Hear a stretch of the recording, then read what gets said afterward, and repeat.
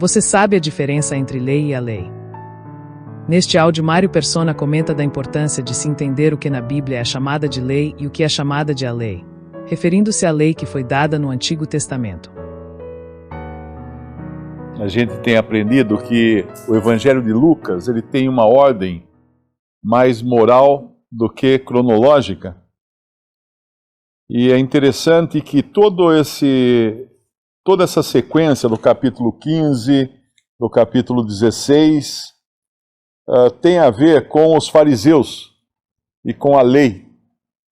Ele vai começar no versículo 15, chegavam-se a ele todos os publicanos e pecadores para o ouvir, e os fariseus e os escribas murmuravam, dizendo, esse recebe pecadores e come com eles. No capítulo 15. No capítulo 15 ele começa, em Lucas, ele começa se dirigindo aos fariseus. E aí ele vai então com aquelas parábolas que ele conta da ovelha perdida, da dracma perdida, do filho perdido, e sempre enfatizando que eram os fariseus, seguidores da lei, aqueles que deviam escutar essas coisas, porque era dirigido especificamente a eles. Em Marcos, o Senhor fala aos fariseus também, que eles limpavam o exterior do copo e dentro estava cheio de sujeira, eles eram sepulcro caiados, fala em Mateus. Então, toda a lei havia sido inclusive distorcida pelos próprios fariseus, pelos religiosos, pelos escribas, pelos sacerdotes, e transformada em tradições. Tanto é que o Senhor repreende eles, dizendo que eles haviam criado tradições e haviam, com isso, transgredido a lei com base nas suas tradições. E agora entra aqui no capítulo 16, nós já vimos a respeito da parábola do mordomo, e tem uns versículos que parecem deslocados, que é justamente no versículo 14. Os fariseus que eram avarentos ouviam todas essas coisas, zombavam deles, e disse-lhes, vós sois os que vos justificais a vós mesmos diante dos homens, mas Deus conhece os vossos corações, porque o que entre os homens é elevado perante Deus é abominação. A lei e os profetas duraram até João. Desde então é anunciado o reino de Deus e todo homem emprega força para entrar nele. E é mais fácil passar o céu e a terra do que cair um tio da lei. Qualquer que deixa sua mulher e casa com outra, adultera. E aquele que casa com a repudiada pelo marido, adultera também. E aí a questão é, o que está fazendo esse versículo 18 aqui? Caiu de paraquedas no meio de um texto que está falando da lei? Não, porque o assunto é a lei. E ele nos remete a Romanos 7, porque ele vai falar exatamente desse assunto do divórcio em Romanos 7, mas como, não especificamente do divórcio entre um homem e uma mulher, mas vai falar disso como um simbolismo, uma figura da lei, ou do casamento, da viuvez, tudo relacionado à lei. Então, quando a gente vai lá em Romanos 7, ele começa o capítulo 7 dizendo, não sabeis vós, irmãos, pois que falo aos que sabem lei. Tem um A aí, um artigo em algumas traduções, mas pelo que eu entendi, isso aqui não tem. É os que sabem lei. Que lei tem domínio sobre o homem. Ele está falando de uma forma genérica, lei tem domínio sobre o homem, por todo o tempo que vive. Porque a mulher que está sujeita ao marido, enquanto ele viver, está-lhe ligada pela lei. Mas morto o marido, está livre da lei do marido. Por isso que não tem o artigo no versículo 1, porque ele não está falando da lei de Moisés, ele está falando de lei. O princípio de lei que rege todas as coisas. Nós estamos sujeitos à lei da gravidade, a esposa está sujeita à lei do marido, existem leis e mais leis que regem todas as coisas nesta vida. Depois ele vai falar da lei. De sorte que vivendo o marido, versículo 3, será chamada adúltera se for do outro marido, mas morto o marido, livre está da lei, e assim não será adúltera se for do outro marido. Assim, meus irmãos, também vós estáis mortos para a lei. Agora sim, ele está falando da lei de Moisés. Pelo corpo de Cristo, para que sejais doutro daquele que ressuscitou dentre os mortos, a fim de que demos fruto para Deus. O que ele está dizendo? Os crentes em Cristo, os salvos por Cristo, são vistos por Deus como mortos. Então, não há problema nenhum em eles terem, por assim dizer, outro marido, que não é mais a lei, mas agora é Cristo. É um novo homem agora, eles estão num novo homem.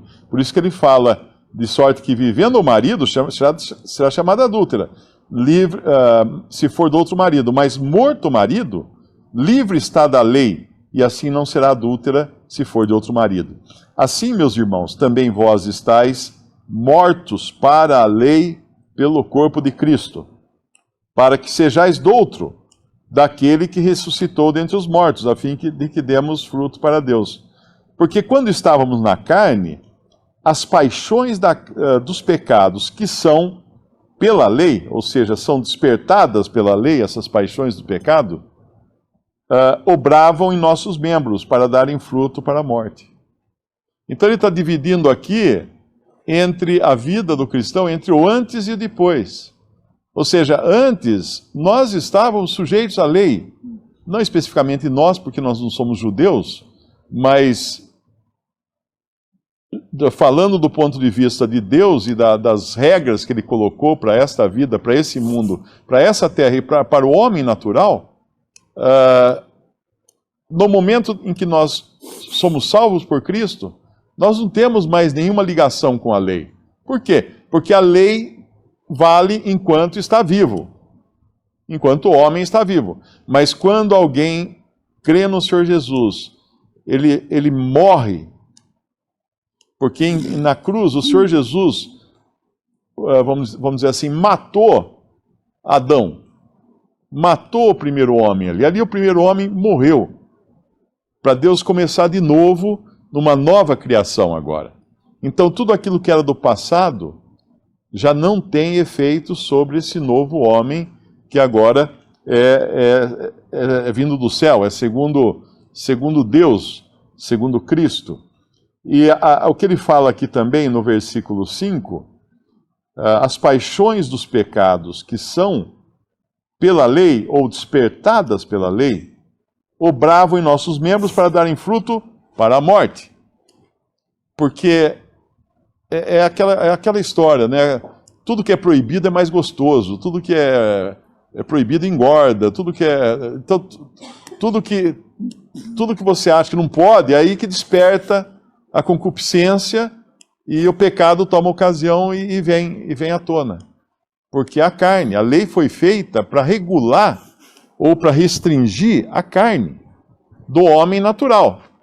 Mas ficou mais do que provado que isso era impossível. E é por isso que esse capítulo 7 aqui é um homem lutando agora com a sua consciência, talvez seja um homem que tenha vida, mas ele ainda não está no capítulo 8 de Romanos, que é quando ele vai falar assim, no final do capítulo 7, ele vai falar: desesperado homem que sou, quem me livrará do corpo dessa morte? E aí ele entra no capítulo 8, graças a Deus por Jesus Cristo. Dou graças a Deus por Jesus Cristo. Porque a obra de Cristo é o divisor de águas entre o velho homem e o novo homem agora. E é interessante nós pensarmos que Deus, para criar todo o universo, para criar tudo que existe, o que Deus fez, né? Ele estalou os dedos, nós sabemos que o homem tomou o barro da terra, porque o homem é feito da terra e para a terra, o homem Adão. Mas o universo todo, os céus, a terra, as estrelas, o que Deus fez para criar todas as coisas? O que ele fez? Ele falou. Tem um versículo que eu acho que não sei se é Hebreus ou Pedro, ou é um salmo que fala, ele falou e as coisas vieram à existência. Deus falou, só falou. Agora veja que interessante, O pecado entrou na criação, detonou a criação, arruinou a criação, corrompeu a criação, e para resolver o problema do pecado, não basta Deus falar. Porque é tão mais complicado e tão mais sério, tão mais séria a questão do pecado, porque se fosse uma coisa simples, Deus falaria, o pecado desapareceria e tudo estaria resolvido. Mas não. Existia algo que precisava ser feito, que não podia ser só falar.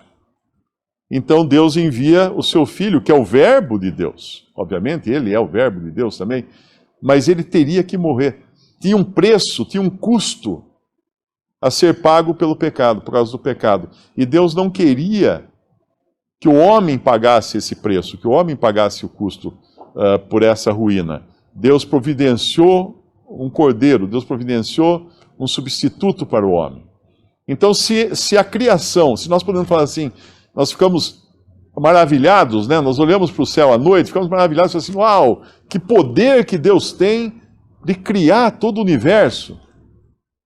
Nós deveríamos ficar maravilhados e dizer assim, uau, que obra magnífica de Cristo, que ele precisou fazer, porque não podia só Deus falar, vamos dizer só, humanamente falando, mas não podia Deus apenas falar para resolver o problema do pecado. Ele precisou intervir e enviar o seu Filho para morrer no lugar do pecador. Por isso que essa obra é tão mais tremenda até do que a própria obra da criação de Deus.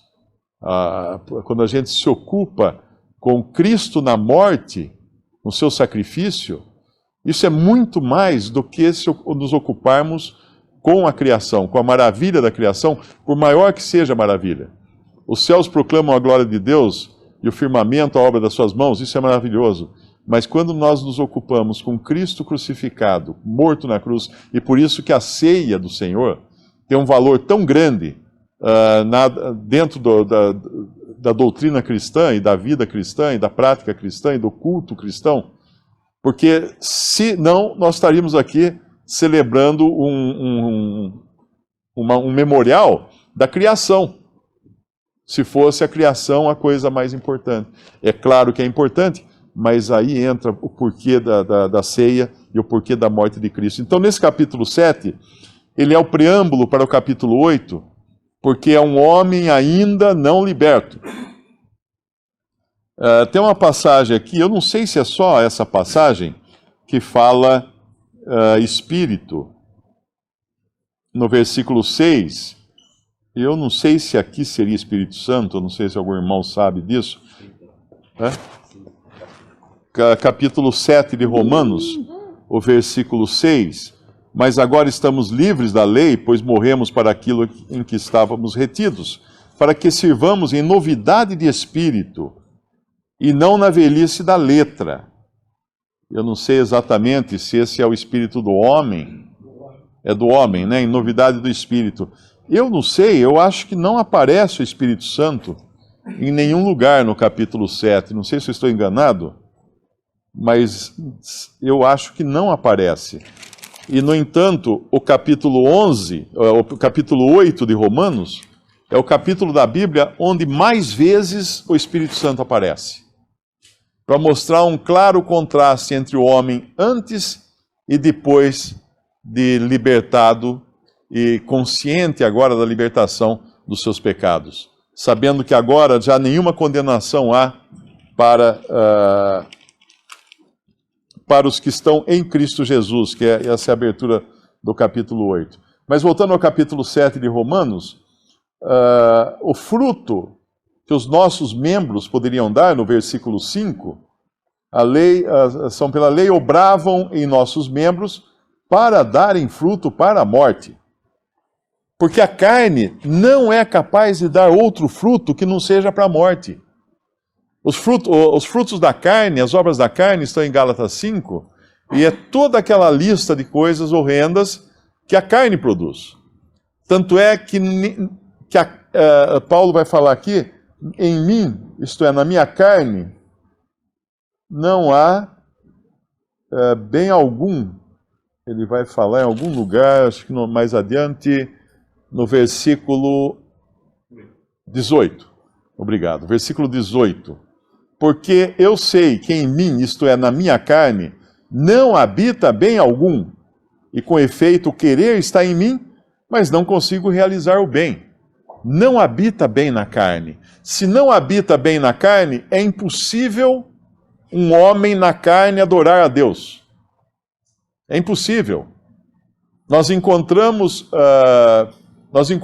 Cornélio fazendo orações a Deus, e as suas orações eram guardadas em memória, porque Cornélio era um homem agora nascido de novo. Ainda não tinha libertação completa, porque ainda faltava ele escutar o evangelho da boca de Pedro, mas ele tinha vida.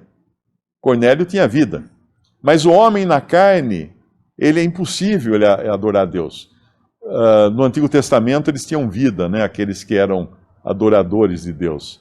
Mas o homem na carne é impossível. A fazenda do ímpio é pecado. Qualquer coisa que o ímpio faz é pecado. É como eu pedir para uma criança pequena para arrumar, para fechar a cortina da sala. Olha, vai lá, filhinho, fecha a cortina da sala. E a criança tinha acabado de brincar no barro, lá no quintal. Eu não vou pedir, porque ele está sujo. Então Deus não vai esperar que venha qualquer adoração, qualquer boa obra, qualquer coisa que seja do homem na sua condição carnal, porque as obras da carne são pecado para Deus. E aqui então, ele vai no versículo 6, para que sirvamos em novidade de espírito e não na velhice da letra, porque na velhice da letra o homem fazia as coisas com o objetivo de ser recompensado ou de não ser morto ou não ser castigado. E o cristão, agora que está salvo por Cristo, ele anda em novidade de espírito, ele faz as coisas para Deus por gratidão, como consequência de uma salvação já consumada. Eu até anotei uma frase aqui que eu achei muito interessante, que diz assim: estamos mortos, agora, depois de salvos, né? Estamos mortos para as coisas para as quais estávamos vivos, e vivos para as coisas para as quais estávamos mortos. Essa é basicamente a mudança de posição que o cristão tem depois de salvo por Cristo. Apenas para fechar o pensamento, então, aquele versículo 18 de Lucas 16, ele está se referindo a essa mudança. Qualquer que deixa sua mulher e casa com outra adultera, e aquele que casa com a repudiada pelo marido adultera também. Só que agora nós estamos vendo em Romanos 7, isso visto na forma parabólica, né, de simbólica, da lei, ou seja, do salvo não estando mais ligado à lei, mas sim morto para a lei. Porque a morte, assim como no casamento, a morte interrompe a legalidade da união, ou o vínculo matrimonial. Também a conversão a Cristo rompe o vínculo que o homem tem com a lei, porque agora está morto para a lei e vivo para Deus. A continuidade da passagem de Lucas vem a história bem conhecida do rico e Lázaro, e é uma história de morte. É uma história de morte. Tem tudo a ver também com essa mudança que Deus estava causando. Quando falou que a lei e os profetas duraram até João, no versículo 16, desde então é anunciado o reino de Deus e todo homem emprega força para entrar nele. Por que emprega força? Porque ele tem que, por assim dizer, lutar para entrar, porque ele vai deixar para trás uma posição que ele tinha, que ele achava que era garantida, que ele agora vai ter que eram como aqueles judeus que precisavam se arrepender. Por que se arrepender? Porque eles não tinham guardado a lei, eles não tinham guardado os mandamentos, eles eram culpados, coisa que os fariseus não admitiam. Os fariseus não se submetiam ao batismo de João Batista, porque eles se achavam justos, eles se justificavam a si mesmos. sem eles perceberem um detalhe muito importante da lei, que aquele que praticar a lei, uma coisa assim, talvez algum irmão lembre o versículo, viverá por ela. A obediência à lei trazia vida, vida terrena. Uma pessoa obediente à lei de Deus, a lei que Deus tinha dado por intermédio de Moisés, ela deveria viver. Mas por que ela morria? Porque ninguém conseguia obedecer à lei.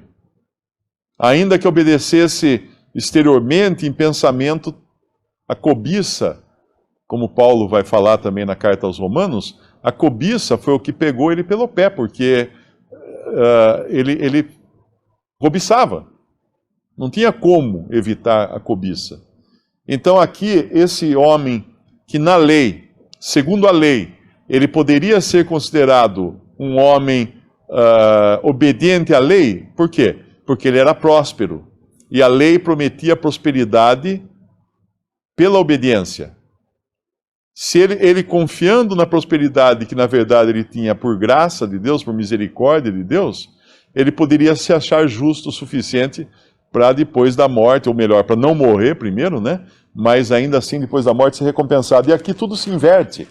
Nós encontramos um abençoado materialmente, próspero materialmente, conforme a lei prometia, no Hades, longe de pai Abraão, aqui, uma representação de Deus, e o mendigo, doente, e obviamente um mendigo sem dinheiro, sem prosperidade e enfermo, era justamente o contrário daquilo que a lei prometia. E nós vamos encontrar esse mendigo na presença de Abraão, aqui do pai Abraão, representando Deus. E um abismo impossível de passar. Essa é a condição pós-morte. Como fala aquele versículo, eu não lembro se é Provérbios ou Eclesiastes, o lado que a árvore cair, aí ela ficará. Eclesiastes 11. Ali fica a árvore depois de cair. Então, a hora que morreu, não tem mais chance, não tem mais reza que tire a pessoa de um lado para passar do outro. O homem rico, ele até pede que Abraão aqui envie Lázaro para mitigar sua sede. E o que é interessante aqui é o seguinte, ele não pede para sair de onde ele está. Ele não quer ficar sozinho onde ele está. Por quê? Porque ele não queria também ficar do outro lado.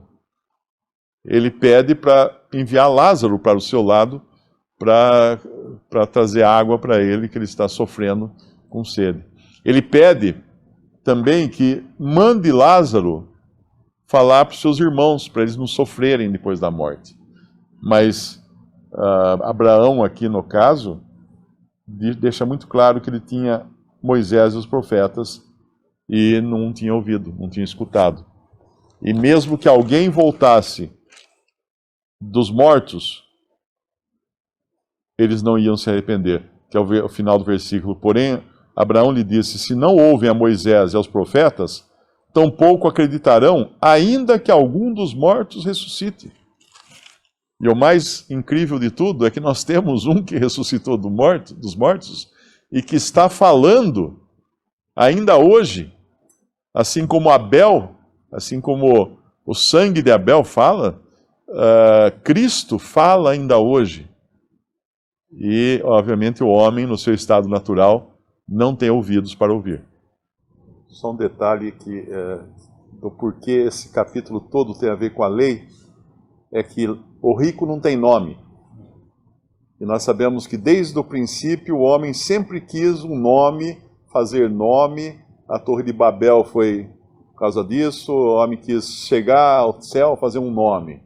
A confusão das línguas, porque o homem queria fazer um nome. E no Antigo Testamento fala que eles dão nome às suas terras, e a gente tem nome de rua, nome de cidade, porque o homem quer ter um nome pelas coisas que ele faz. E esse rico não tem nome.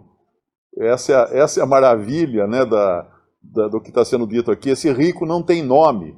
Por mais que ele quis fazer um monte de coisas, talvez tivesse uma estátua dele na praça, com as pombas na cabeça dele, mas ele não tem nome. Para Deus ele não tem nome mais. E, no entanto, o pobre, Lázaro, e olha que interessante, na língua portuguesa nós pegamos o nome de Lázaro e transformamos num palavrão, num xingamento. Porque ele era um desgraçado sem sorte, que não deu certo na vida, um perdedor. E é o que Lázaro significa em hebraico? Aquele que Deus ajuda. Isso é graça. Então, na própria questão do nome e não nome, nós temos o evangelho pregado nessa história. Um sem nome, porque todas as obras dele não vão valer nada depois, e outro com um nome que significa aquele que Deus ajuda, e é Lázaro. Visite Respondi.com.br. Visite também 3minutos.net.